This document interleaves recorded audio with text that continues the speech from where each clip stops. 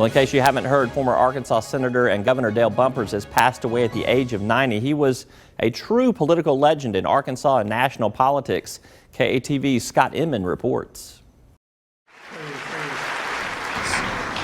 Just treat me as you would any ordinary great person. Dale Bumpers certainly had a great career that was anything but ordinary, and it was anything but predictable, too. From small-town lawyer to Senate statesman, Bumpers uniquely mixed simple logic with sophisticated speech to create an everyman persona that his opponents always seemed to underestimate. I started out with 1% name recognition when I ran for governor. And I want people to understand, you can't win if you don't accept a challenge. But when Bumpers first ran for that statewide office in 1970, he quickly overcame that lack of name recognition with a youthful charm that stood out in a field full of hardened politicians. And he had a knack for giving a speech that people would remember.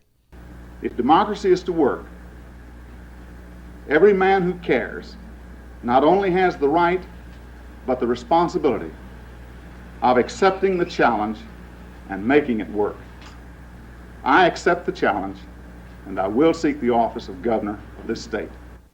The odds were certainly stacked against Bumpers from the get-go. In the Democratic primary, he faced 7 candidates, including a former governor, attorney general, and Speaker of the House.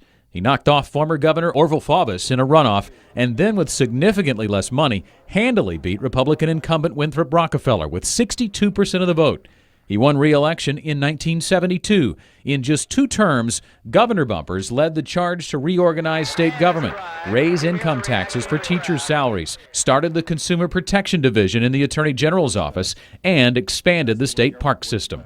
Bumpers then took on another uphill campaign, deciding in 1974 to challenge Democratic Senator J. William Fulbright, who'd been a Washington fixture for 30 years. Fulbright was a friend, but once again, Bumpers was not taken seriously. I regret that Governor Bumpers has made this decision, for I had believed that he would complete the programs which he had inaugurated in his state administration. Fulbright would indeed regret that Bumpers made the decision to run against him, because Bumpers trounced Fulbright in the primary with 2/3 of the vote. He then overwhelmed Republican John Harris Jones in the general, and a Senate career was born. So was a reputation. The New York Times nicknamed Bumpers the Giant Killer for his improbable political victories. He would win re-election 3 times in the Senate, settling into leadership roles in the upper chamber. He championed the Constitution as being complete and needing no changes. Bumpers voted against 30 proposed amendments. He was known as fiscally conservative but socially liberal, and it seemed every time a presidential election was looming, Bumpers' name was in the mix.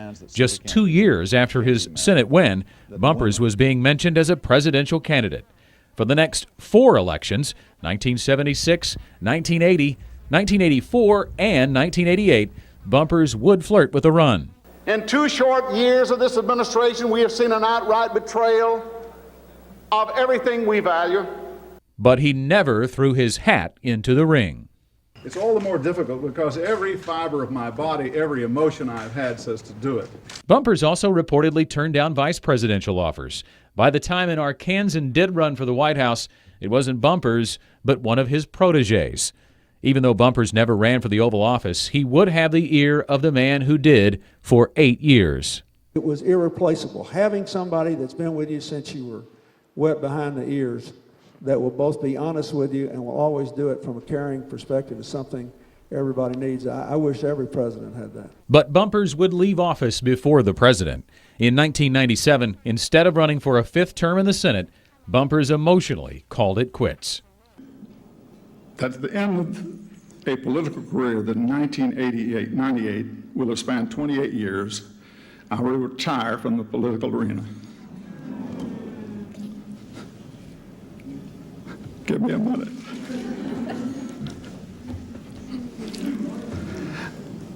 I confess to an agonizing ambivalence about the decision, and will probably suffer the torment of the decision and the ambivalence the rest of my life. Bumpers continued to make contributions to public service. He and his wife Betty were known for their work with childhood immunizations. In 1995, the University of Arkansas founded the Dale Bumpers College of Agricultural, Food, and Life Sciences in his honor. He wrote an autobiography and continued practicing law in Washington. But it was his years as an elected official that, by his own words, was the highlight of his life. It turned out to be the greatest achievement of my life, where I had a chance to vote, to speak, to do all kinds of things to make people's lives better. And that's what every one of us ought to be doing from sun up to sundown every day. And politics is the best place to do it. Senator and Governor Dale Bumpers dead at the age of 90. Now you can read and watch more on his political life at our website at talkbusiness.net or at KATV.com.